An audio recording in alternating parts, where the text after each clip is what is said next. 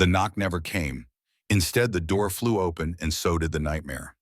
For 68-year-old Jack McKinley, a retired U.S. Army Master Sergeant, that quiet Tuesday morning should have been like any other. A cup of coffee, a walk with Ranger, his golden retriever and PTSD service dog, and the simple peace of his suburban life.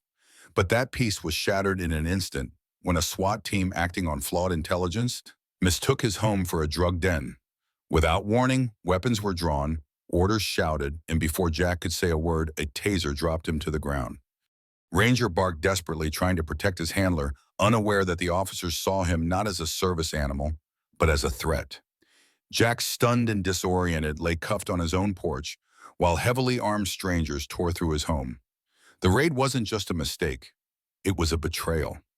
A man who had worn the uniform with honor, who had served under fire, was now treated like a criminal in his own home because of a simple address mix-up, 121 Oak Street instead of 123.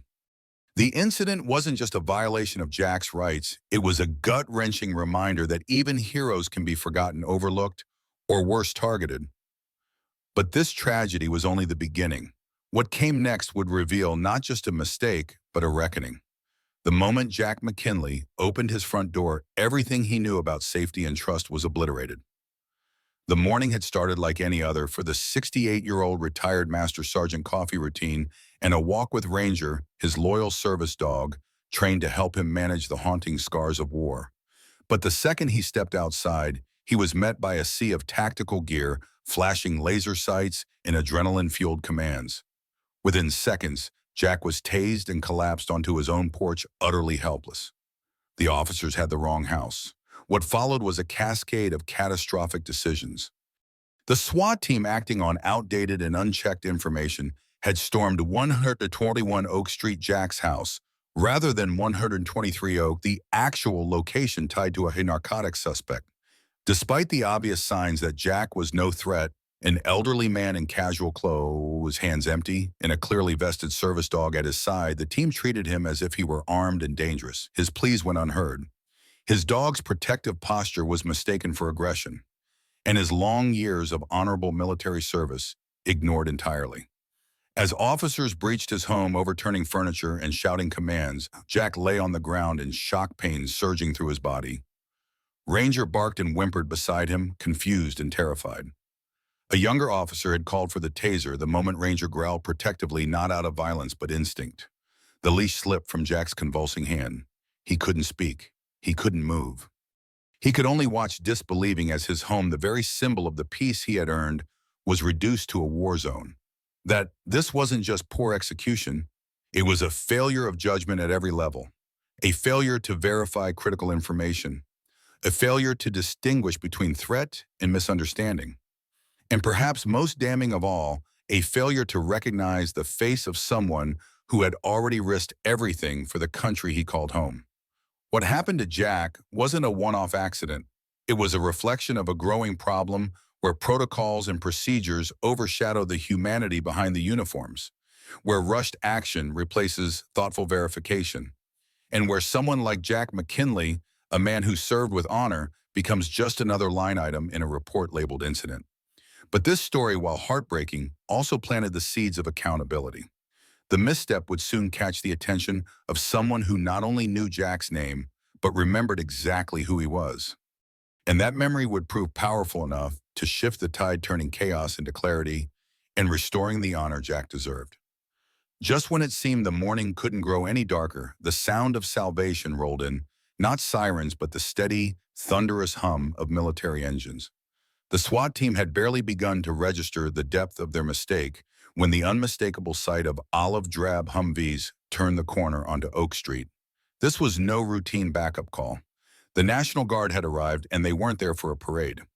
Major General Samuel Armitage, commander of the state's National Guard, and a seasoned veteran, stepped out of the lead vehicle. His crisp uniform, adorned with 2 gleaming stars, made it immediately clear this was no low-level response. What most didn't know was that General Armitage and Jack McKinley went way back years ago. During a fiery battle overseas, Jack had saved Armitage's life by dragging him out of a burning vehicle. That unshakable bond now came full circle in a suburban neighborhood half a world away. The general hadn't come by chance. Moments before Jack had been tased, he had managed to send a brief text to a friend at a veterans advocacy group.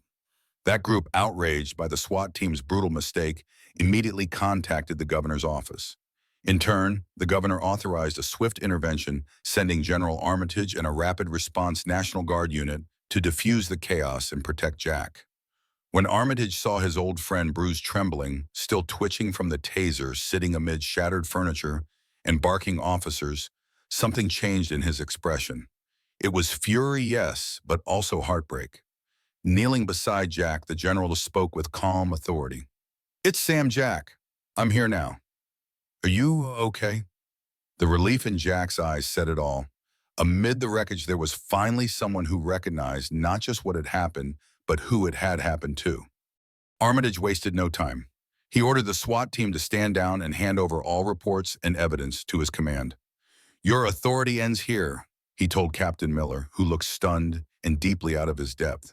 The National Guard took over immediately, securing the correct property, 123 Oak Street, and detaining the real suspect with professionalism and care. No unnecessary force, no confusion, just clean, disciplined action. A military medic checked Jack's vitals, while a vet team examined Ranger, who was still clinging to Jack's side. Even in pain, Jack's first words were for his dog. "Make sure he's all right." The general nodded. "He'll be fine. And so will you." It was more than reassurance, it was a promise. Armitage then made a call to the governor, ensuring that Jack's home would be repaired, that he'd receive proper care, and that there would be a full state investigation into how such a catastrophic error had happened. It wasn't just about one man's dignity, it was about setting a precedent. A line had been crossed, and now someone was finally drawing it back. In that moment, Jack wasn't just a wronged veteran. He was a symbol.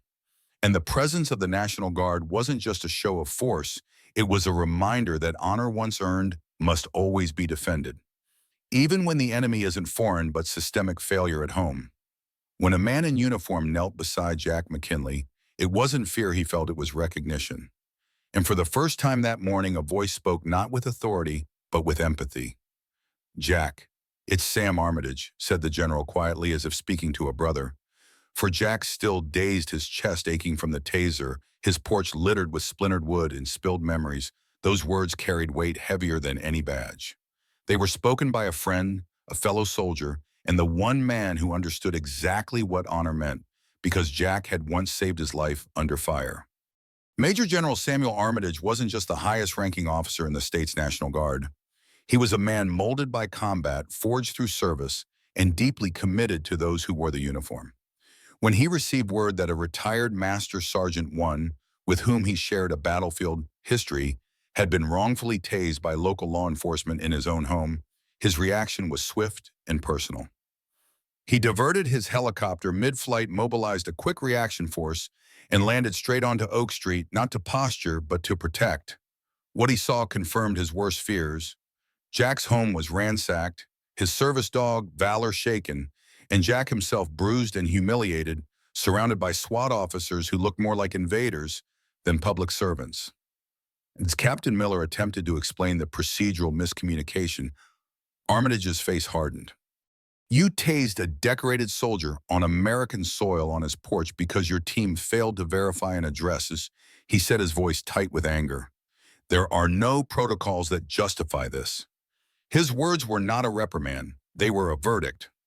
Armitage immediately relieved the SWAT team of their authority at the scene, directing his troops to take control of the area and secure both 121 and 123 Oak Street. His men moved with calm professionalism, starkly contrasting the chaos earlier. The real suspect, quietly watching from the shadows of the neighboring house, was apprehended within the hour. No resistance, no injuries, just due process done right. Meanwhile, Jack received not just medical care from a National Guard medic, but something far rarer: dignity. The general made a second call, this time to the governor, demanding full repair and restitution for Jack's home and a comprehensive review of law enforcement protocol regarding warrant service. This wasn't a simple mistake, he told the governor. This was a breach of trust, and it cannot happen again. But perhaps the most telling moment came when Armitage helped Jack to his feet and said, You didn't deserve this, and it's our job now to make it right. He didn't speak to a victim, he spoke to a brother in arms. The taser marks would fade. The porch would be rebuilt. But the power of that moment, a general kneeling beside a soldier wronged, would echo far beyond the end of the block. It reminded all who watched that accountability doesn't trickle down. Sometimes it must storm in boots first to lift up the people forgotten in the noise. When the dust settled, what remained wasn't just damage, it was resilience. Jack McKinley's front door had been kicked in. His service dog, Valor, had been wrongly seen as a threat, and Jack himself, a decorated Army veteran, had been handcuffed and tased on his own porch due to a case of mistaken identity. But what followed was not silence, it was action. The National Guard didn't just leave once the SWAT team backed down. Under the direction of General Armitage, they stayed. They cleaned Jack's home, repaired what was broken, and even fixed a leaky faucet he'd long ignored. Military medics checked on both Jack and Valor, ensuring they were okay, not just physically, but emotionally. Support poured in from neighbors who once barely knew Jack. Food arrived, kind words were spoken, and a quiet man who had lived in the shadows of war found new respect in his own neighborhood. The governor issued a public apology, and law enforcement reforms were promised. Jack declined most of the settlement money, instead choosing to support veteran programs and service dog training. He didn't want wealth, he wanted change.